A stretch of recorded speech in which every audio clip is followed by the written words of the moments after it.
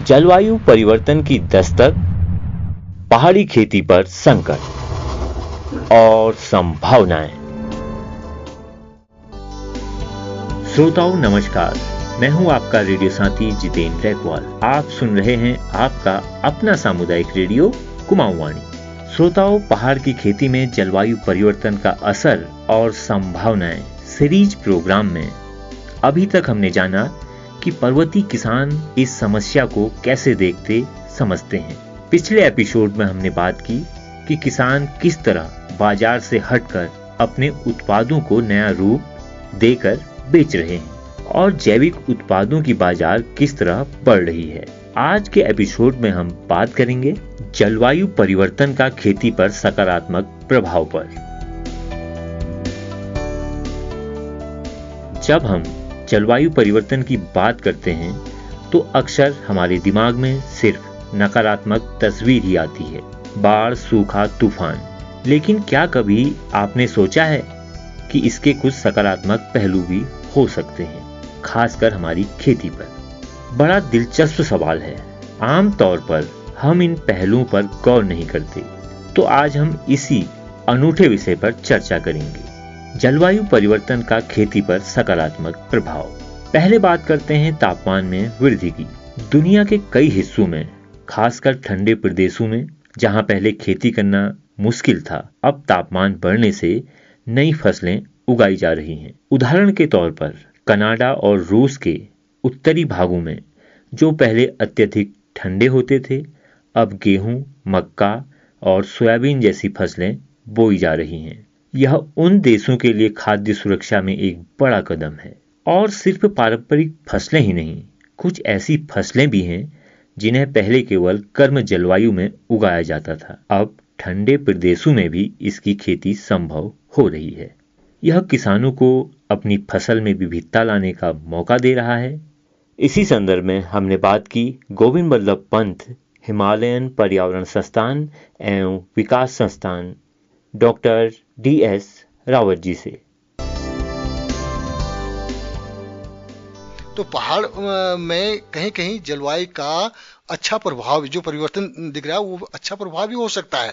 अब अच्छा प्रभाव क्यों कह रहा हूं मैं? अच्छा प्रभाव इसलिए कह रहा हूं कि जहां पर पहले गेहूं नहीं होता था वहां अब गेहूं होने लग गया है, जहां चावल नहीं होता था वहां चावल होने लग गया है। लेकिन उन क्षेत्रों की बात करें जहां पहले गेहूं और चावल हो रहा था, जिस वैरायटी का, वो वैरायटी आज वहां पर नहीं हो रही है, तो आपको नई वैरायटी लाने की जरूरत पड़ेगी, जबकि वो वैरायटी अब उत्तर की ओर हमारे खिसक गया है। जैसे इधर ही आप देखिए, 30 साल पहले की बात करें, 40 साल पहले की बात करें, तो आपके जो भीमताल में है वहां पर इस टाइप के फसल हमको दिखने को नहीं मिलती थी, या इस टाइप के फल हमको देखने नहीं मिलते थे। जैसे आम हो गया या अमरूद हो गया, ये चीजें नहीं होती थी। वहां आड़ू जरूर होता था और मुक्तेश्वर में सेव होता था। लेकिन आज आप देखिए हल्द्वानी की जो फल है वो भीमताल में आ गया, भीमताल का जो फल था वो आपका मुक्तेश्वर चले गया, और मुक्तेश्वर का जो सेव था वो आपका और ऊपर चले गया है। और जबकि हायर एल्टीट्यूड की बात करें, हम ऊंचाई वाले क्षेत्रों की बात करें, तो उनके पास तो जो फसल नीचे हो रही थी उसका बीज उनको मिल जाएगा। अब दूसरा प्रश्न आपने उठाया कि क्या किसानों को भी अपने फसल बुआई का टाइम और कटाई के टाइम में परिवर्तन करना चाहिए? मैं कहूँ जरूर करना चाहिए। श्रोताओं, क्या आप जानते हैं कि कार्बन डाइऑक्साइड, जिसके बढ़ते स्तर को हम प्रदूषण का कारण मानते हैं, पौधों के लिए एक तरह का भोजन भी है।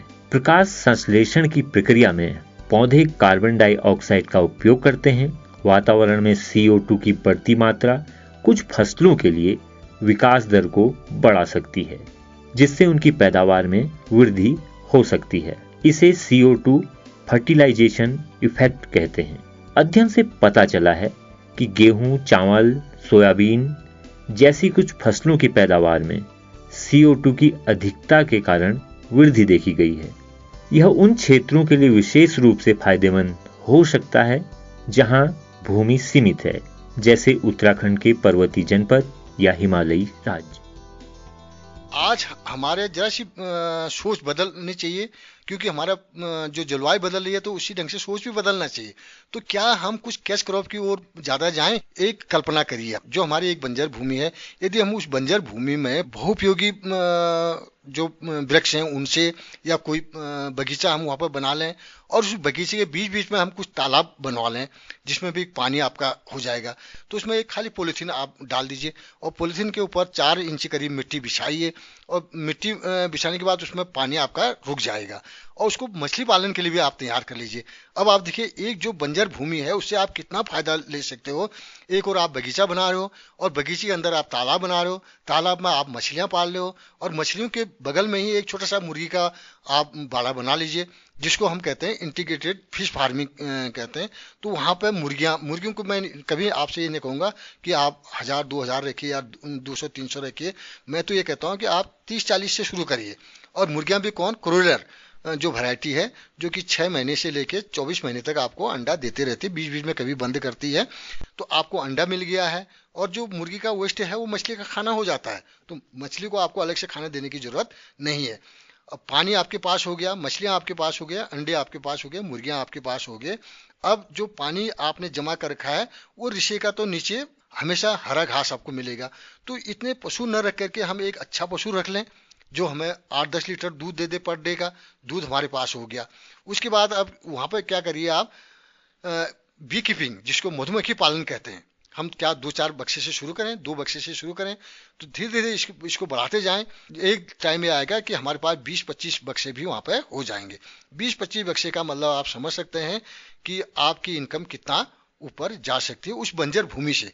जो आपका पहले केवल एक टाइम में घास देती थी, उस बंजर भूमि से आज आपको मछलियां से लेके, मुर्गी से लेके, अंडे से लेके, और फल से लेकर के, और घास से लेकर के आपकी पशु भी वहां पे पल रहा है। तो इतनी सारी चीजें आपके पास मिल जा रही हैं। तो कहीं ना कहीं हमको अपना सोच बदलनी है, और नई टेक्निक हमने अप्लाई करना है। जलवायु परिवर्तन ने हमें चुनौतियों का सामना करने के लिए मजबूर किया है, और इन्हीं चुनौतियों ने कृषि क्षेत्र में अनुसंधान और नवाचार को बढ़ावा दिया है। वैज्ञानिक अब ऐसी फसलें विकसित कर रहे हैं जो सूखे, बाढ़ या अत्यधिक गर्मी को सहन कर सके। जीन संपादन और बायोटेक्नोलॉजी जैसी तकनीकों का उपयोग करके ऐसी किस्में तैयार की जा रही हैं जो कम पानी में भी अच्छी पैदावार दे सके, या कीटों और बीमारियों के प्रति अधिक प्रतिरोधी हो। स्मार्ट कृषि जैसी तकनीकें भी तेजी से विकसित हो रही हैं। ड्रोन, सेंसर और आर्टिफिशियल इंटेलिजेंस का उपयोग करके किसान अब अपनी फसलों को बेहतर निगरानी कर सकते हैं, पानी और उर्वरकों का सही मात्रा में उपयोग कर सकते हैं, जिससे संसाधनों की बर्बादी कम होती है और पैदावार बढ़ती है। जलवायु परिवर्तन ने हमें पानी के महत्व को भी गहराई से समझाया है। इसके कारण जल प्रबंधन और संरक्षण के नए और कुशल तरीकों पर जोर दिया जा रहा है। ड्रिप सिंचाई, स्प्रिंकलर सिस्टम और वर्षा जल संचयन जैसी तकनीकों को अब बड़े पैमाने पर अपनाया जा रहा है। सरकारें और किसान दोनों ही पानी के विवेकपूर्ण उपयोग के प्रति जागरूक हो रहे हैं, जो दीर्घकालिक रूप से खेती के लिए बेहतर फायदेमंद है। कुछ क्षेत्रों में जलवायु परिवर्तन के कारण फसलों के पैटर्न में बदलाव आया है। जहां पहले कुछ फसलें नहीं उग पाती थी, अब वो उगने लगी हैं, और जहां कुछ फसलें कम हो गई हैं, वहां नई फसलों की खेती ने किसान को नए आर्थिक अवसर दिए हैं। यह किसानों को अपनी आय के स्रोत में विविधता लाने का मौका देता है। वे उन फसलों की ओर रुख कर रहे हैं जो उनकी नई जलवायु परिस्थितियों के अनुकूल है और बाजार में जिसकी मांग भी है, बता रहे हैं स्थानीय किसान। है दीपक सिंह नेगी, मैं ग्राम सभा दायन का रहने वाला हूँ। जैसे पहले हमारा सेब की खेती हुआ करती थी, हमारी लोकल वैरायटी थी सेब की, अब वो सब खत्म हो चुकी हैं। उसके बाद जो है सर मैंने सोचा कि कुछ नया करने की सोची, तो मुझे नींबू, माल्टा और एक कागजी नींबू गया, पेड़ लगाए हैं और मुझे काफ़ी अच्छा रिजल्ट मिल रहा है। आपने देखा होगा कि अभी हमारे क्षेत्र में काफ़ी हमारे जो ग्रामीण हैं, जो अपने गांव के भाई बंधु हैं, अपने दुकान खोल के बैठे हैं। कोई मैगी पॉइंट खोला है, किसी ने कोई जूस का कॉर्नर खोला है, तो वहीं जो जूस कॉर्नर वाले हैं उनको अपना माल्टा नींबू देता हूँ और उन्हीं से अपना प्रॉफिट भी मुझे मिल जाता है बाकी, और मुझे थोड़ा आमदनी भी अच्छी हो रही है। बाकी अब सेब उनका बगैर सूख गया तो अब नई तरफ गया तो मुझे इससे थोड़ा आमदनी भी अच्छी हो रही है। जलवायु परिवर्तन निश्चित रूप से एक चुनौती है, लेकिन इसने हमें सोचने, नया करने और अनुकूल करने के लिए प्रेरित भी किया है। खेती के क्षेत्र में हुए सकारात्मक बदलाव हमें एक नई उम्मीद देते हैं कि हम अपनी चुनौतियों को अवसरों में बदल सकते हैं और भविष्य में भी खाद्य सुरक्षा सुनिश्चित कर सकते हैं। यह सब दिखाता है कि मानव जाति में परिस्थितियों के अनुकूल ढलने और उससे आगे निकलने की अद्भुत क्षमता है। इसी आशावादी संदेश के साथ और सामुदायिक रेडियो कुमाऊं वाणी की इस पहल के लिए अपने रेडियो साथी जितेंद्र रैकवाल आज के लिए विदा लेता है।